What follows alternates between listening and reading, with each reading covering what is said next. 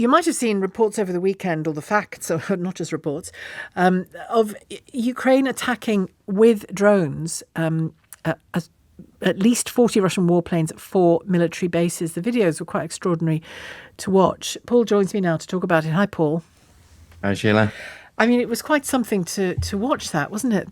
Look at his face. This is a man who's seen war and his eyebrows are raised. I'll leave you to respond to that then. Go on. Yeah, no one was more surprised than us in Kyiv when we woke up to this information. These bases, I mean, we've seen occasional attacks where the Ukrainians have got near to air bases around Moscow, and everyone thought that was good going.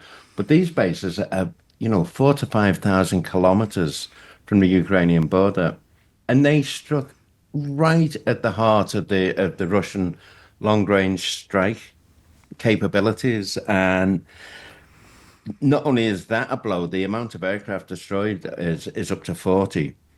But these are the bombers that every week and a half, we see launched. And when you see these bombers come, and we get advance notice that they've taken off.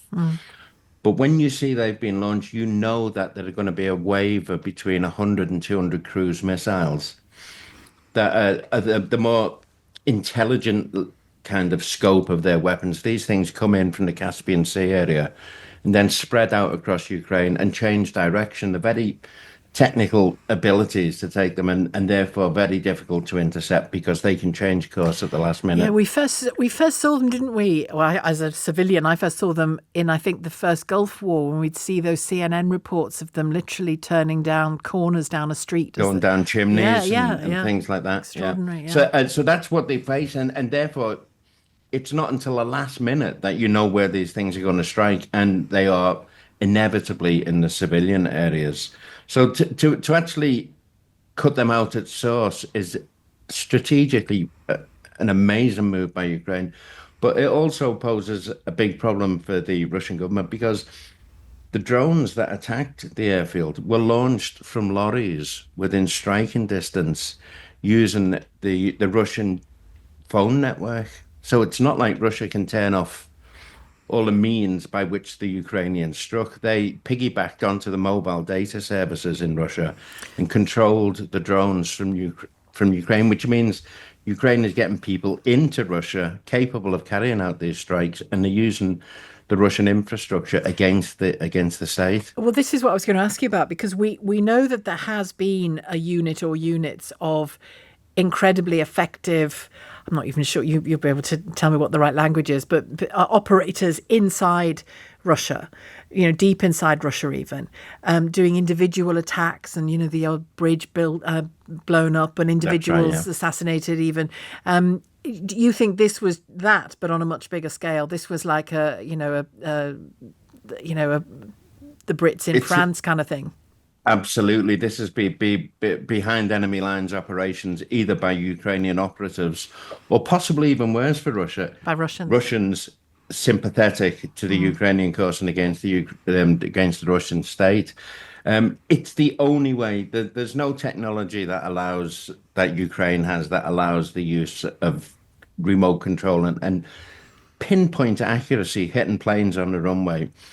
That was done by long-range communication. It has to have been people inside Russia working to locally launch the drones. There are reports that there were lorries with wooden backs on them, and the drones were, and there's some footage of the drones just appearing out of lorries. Yeah, it was a bit James Bond, wasn't it? Really? God, I mean, and it got everyone off guard. Nobody thought that this, the operational security for this by the SBU, that's the Ukrainian intelligence who run these operations, was immaculate. There was really no suspicion on anyone, or no hope on anyone's part in Ukraine that this was a possible thing to do. Not even Paul Conroy knew about it.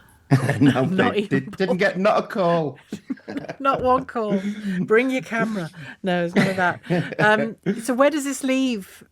What does it tell us, I suppose, is the question about Ukraine in this war?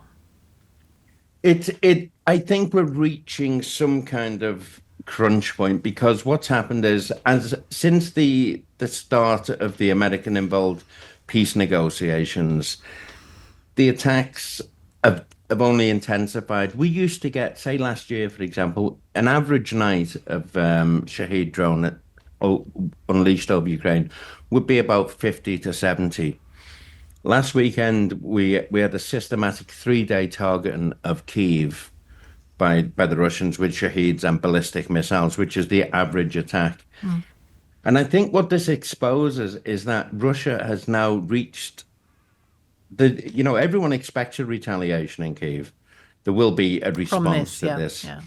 But Russia has almost reached the end of the line. They are unleashing 300 Shaheeds and ballistic missiles a night. There's not much left in the armory to intensify them strikes. So any notion of a great gesture strike back on Ukraine is now a very fine point, because the only way they can realistically do that is to fire maybe one of the Oreshnik medium-range ballistic missiles into a population center, or just do much of the same, which is keep on unloading waves of Shaheeds and ballistics on civilian infrastructure.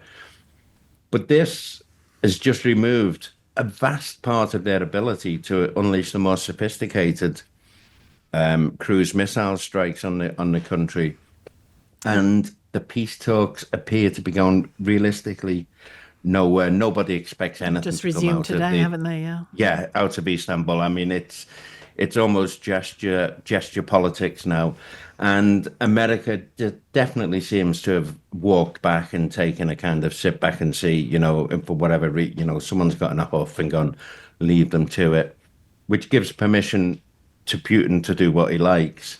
But I think Ukraine have sent a really strong message that they are very much in this game still. Well, let's hope they've got a few more of those tricks up their sleeves as well, because that would be quite, not just impressive, but necessary for them, isn't it, in this war? For sure. I think so, yeah. That's what I mean. It's just reached a point now where, it's a big point for Ukraine to reach.